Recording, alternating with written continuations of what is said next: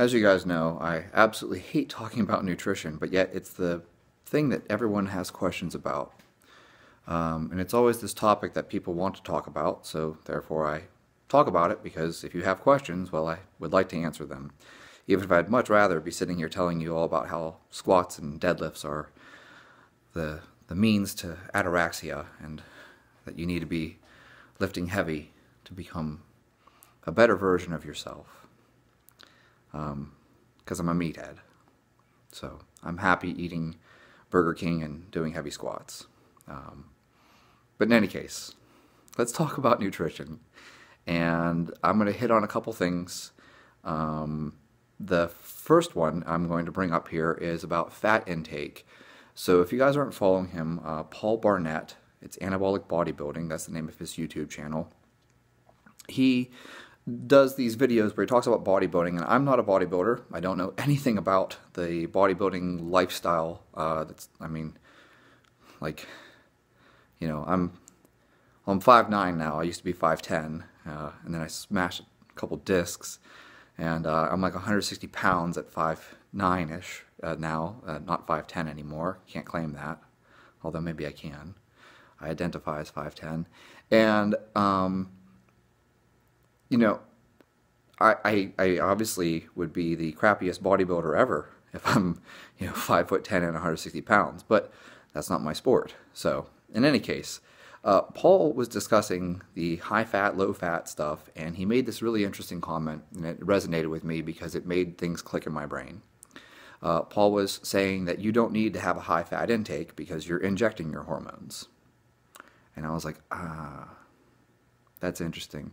Bodybuilders used to eat low-carb diets in order to get stage lean. So if you look way back, the John Grimmicks, Tommy Kono, Bobby Pecor, Sandow, these guys would do a low-carb diet when they want to get it lean. Bodybuilders today, they do a really low-fat diet. These guys might be taking in 1,000 grams of carbs a day, but they're barely getting any fat. And it makes sense because they're injecting their hormones. And, well, as Paul stated, and which is correct, that you really need fat intake for your hormone production. So if you're injecting your hormones, you don't need the fat intake anymore. That being said, it made me reflect on myself. Years ago, I was doing the zone diet, and I was tracking my blood work, and my testosterone level started going down. I just thought I was just overtraining. And so, I started paying attention to this, and I think I got as low as like 470 something. It was like 476 or something. And I was like, this is not right. And I was talking to Pat Sherwood, and Pat Sherwood was like, why don't you just increase your fat intake? And I was like, what? He's like, yeah, if you're doing the zone diet, just have a fat multiplier, just start increasing your fat intake. So I did. And sure enough, my numbers started coming back up. And I was like, oh, well, this is good.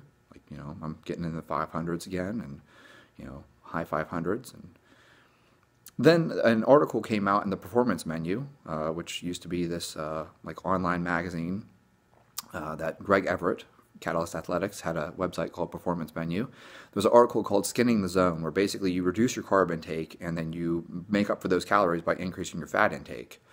And I was like, okay, well, I was doing 25 blocks. So that's 25 blocks of protein, 25 blocks of carbs, 25 blocks of fat.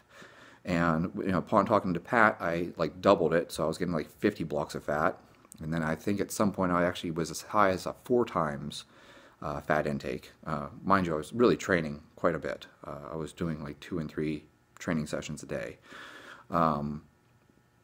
This is not me doing multiple workouts a day in terms of lifting weights. That's like me doing boxing and then grappling and then also having a conditioning session, like doing road work or something, and then lifting. So that's where you get your 4 sessions in a day. It's not like I can squat 4 times in a day. I'm not a freak, but I wish I was. And in any case, so I started skinning the zone. So I just started cutting my carb blocks down and adding more fat.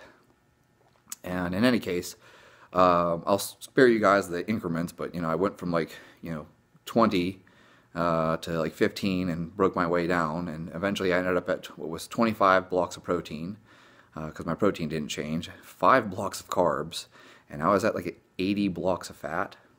So my diet was very shifted towards a very high fat intake. And at that time, my testosterone level went way up. I was like 810, like I was over 800. So my body responds very well to a high fat intake. That might vary for other people. Maybe you don't. And I'm not encouraging you to do that if you don't, okay? But for me, I definitely felt better on a higher fat intake. I've also played around with fish oil. This is just another part of being whatever it is about my body that I respond well to fat. I've pushed my fish oil intake, Nordic Naturals or Carlson, as high as 20 grams a day, and I felt better and better the higher I pushed it. Why didn't I go higher than 20?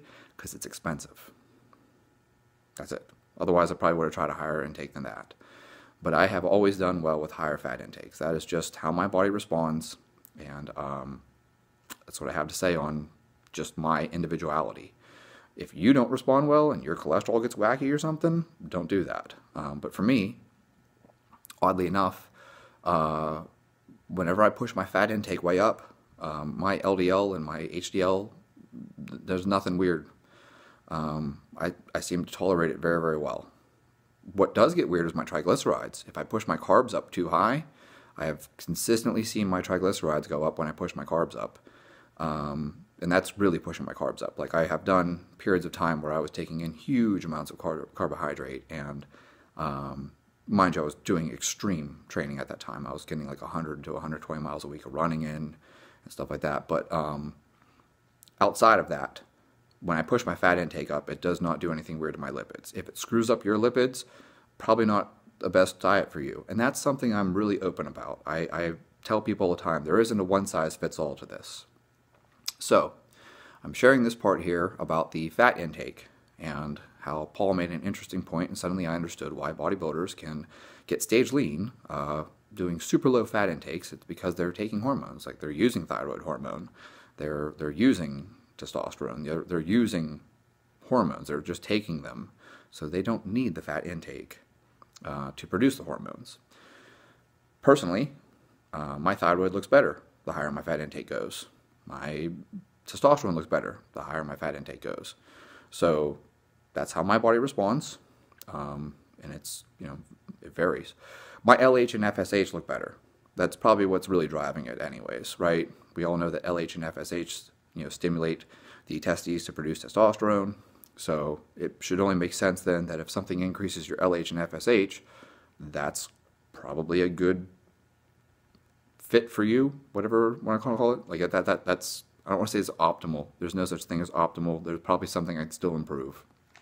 But the thing of it is that my LH and FSH look better. And so, like, I wasn't actually overtraining. I was just under eating in terms of not getting enough fat, which is, well, I was probably under eating because all I did was increase fat, so that increased calories. So I was probably just not eating enough for how hard I was training, which is also why you have to ignore some of these calculators, because I dialed in my diet based off of those calculators. It's like, oh, put a bunch in your activity level and that's your multiplier, and no, I clearly needed more than that.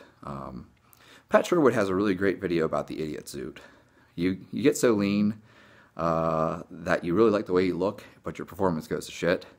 And I can definitely tell you that that was true, especially when I was doing MMA.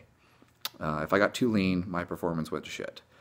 So there's something to be said there. Sometimes you do have to get too lean, though. Trying to make 135 is not a body weight that my body wants to be at. And so I had to push hard to make weight.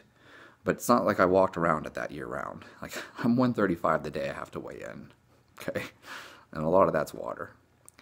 Anyways, moving forward from this, because I want to make a point to you guys, somehow I've ended up becoming... People think I'm part of the carnivore and keto community, and I guess I kind of am because I've dabbled in it, but like I've talked to you guys and told you that I've done vegan diets, I've done all kinds of stuff, I've done zone, I'm all over the place. I'll try anything because I like to experiment with things. So this is tied into the fat intake, and this is something I think is really important, is that too many people are hung up on numbers of grams of protein or fat, instead of looking at the ratios of, 75% this or 25% that or things like that. So if you looked at my intake, you might be like, oh, well, that's a very high protein intake, but it isn't relative to the amount of fat that I consume. And there's probably some things going on there. It could be partly my activity level. I'm very, very active. I walk a lot and I'm on my feet a lot. And it could also be that maybe I don't know. I don't absorb calories well or something. Maybe there's some of that, and then there's probably some metabolic things going on that, I burn through more calories than a person that would be the similar size to me. That being said, like I said, I do very well on a very high fat intake. And so even now, with my protein intake, my fat intake is way over my protein intake, just in terms of grams even. And so if I punch it into my Fitness Pal or something, I'm like 3/4 of the pie chart, that's my fat intake. I take in a ton of fat, and the more fat I consume, the better I feel. But I'm going to bring you guys full circle on this and share something that maybe could be helpful to someone out there. One of the things that many people message me about is that they're thirsty all the time.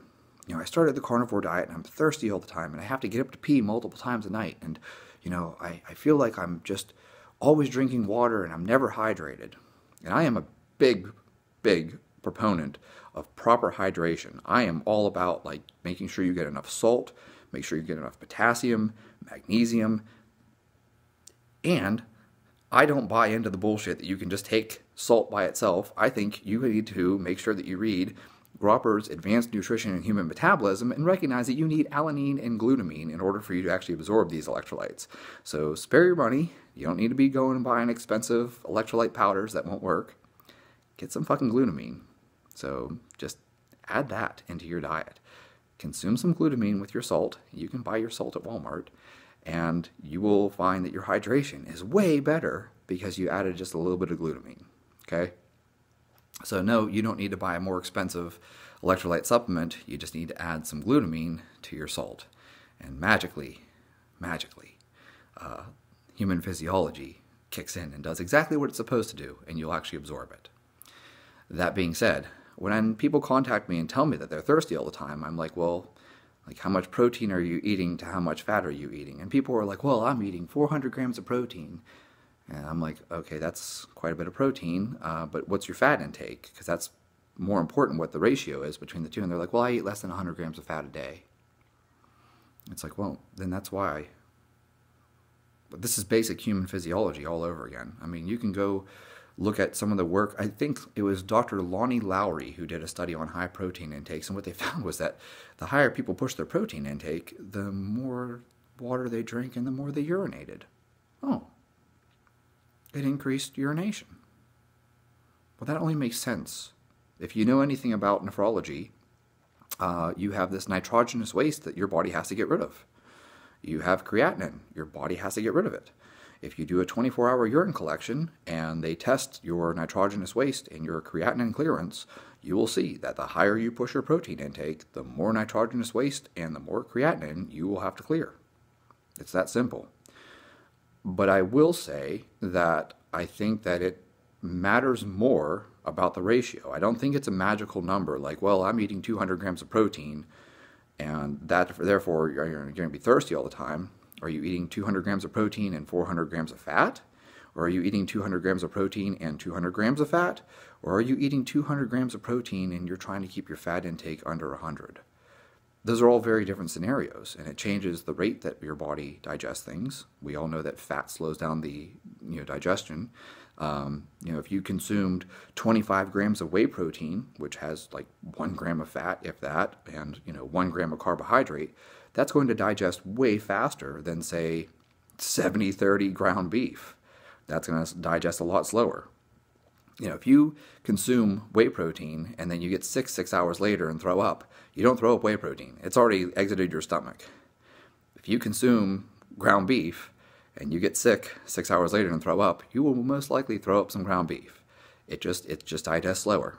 And so I think that that's a huge component that people really don't pay attention to, is that the rate at which something digests also changes how much your metabolic processes have to clear that nitrogenous waste or that creatinine. So all that being said, what I'm trying to share here, okay, is one, fat intake. Personally, for me, I find that I feel better on higher fat intakes. And I'm not telling you that this is a blanket prescription to anyone. It's never a blanket prescription. You need to figure out what works for you. But additionally to this, I will tell you that if you push your protein up and you're not increasing your fat intake, or perhaps even your carbohydrate intake, if you're not increasing those alongside it, you could very easily push yourself into a situation where the increased protein intake is causing you to be dehydrated. It's going to take water with it. When your body has to break down protein, it's going to take water with it, especially if it has to go through, like I said, the nitrogenous waste and the creatinine. Like, your kidneys have to clear that. If your kidneys have to flush that out, your kidneys are going to take water with it. And so you're going to need to drink more water because you are also excreting more water. And it really is that simple. I mean, this is basic physiology. I am shocked at the number of people who are dietitians or nutritionists that don't know this.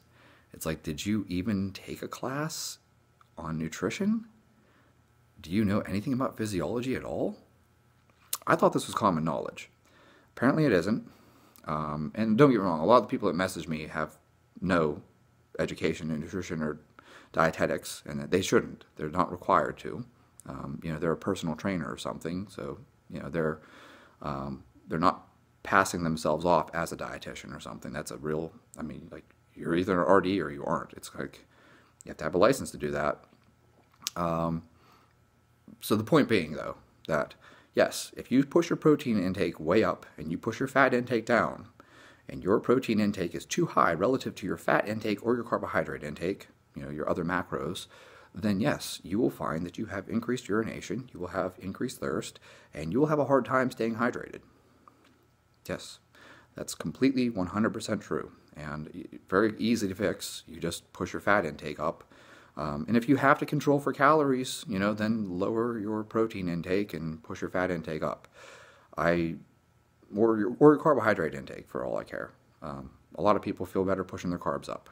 And especially, depending on how you train, that might make a very big difference for you. But for the people who are doing the keto thing or the carnivore thing that reach out to me, really, you just need to push your fat intake up. You probably find that the protein is very satiating, and it is.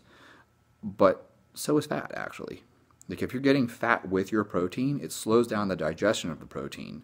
So, like, eating ground beef will make you feel full for longer. That's why I've said in previous videos, I'm not a huge fan of whey protein whenever you're trying to lose weight or maintain weight, because I can consume whey, or egg whites even for that matter, and I'm hungry like 20, 30 minutes after. It just doesn't stay with you. But like, you eat really fatty ground beef, yes, it's going to stay with you. I can tell you this even about like yogurt. Like, I've tried eating fat-free Greek yogurt. That does not make you feel full for a long period of time. Yes, you eat it and you're like, okay. And then like an hour later, you're hungry again. Full fat yogurt, I can eat that and I'm not hungry for like 3 or 4 hours. The protein amount is probably roughly the same, but the fat intake is the big difference, and that just slows down the rate of digestion, so it stays in your stomach longer. And if you think about it logically, like, no wonder you need less water, because you're not trying to pump it out and get rid of that nitrogenous waste as fast, because it's digesting slower. The fact that it digests slower gives your body more time to clear the creatinine, to clear the nitrogenous waste. And so obviously, the slower it digests, like, the less water is going to take with it. So I hope this is helpful. If you find it helpful, be sure to like. If you have questions, comment below. And if you like this kind of content, subscribe. Let me know if you want more of this. Like I said, I hate talking about nutrition, but I'm more than happy to, because it seems to be the thing that helps people the most. But if you guys have questions about squats and deadlifts, cleans, snatches, presses, by all means, comment below and let me know what you would like to talk about, because I love to talk about training. Training is what I enjoy. So, not that I don't enjoy food, but, it's just food. So, I try not to think about it more than I need to. Hope you guys have a great day. Enjoy your Memorial Day.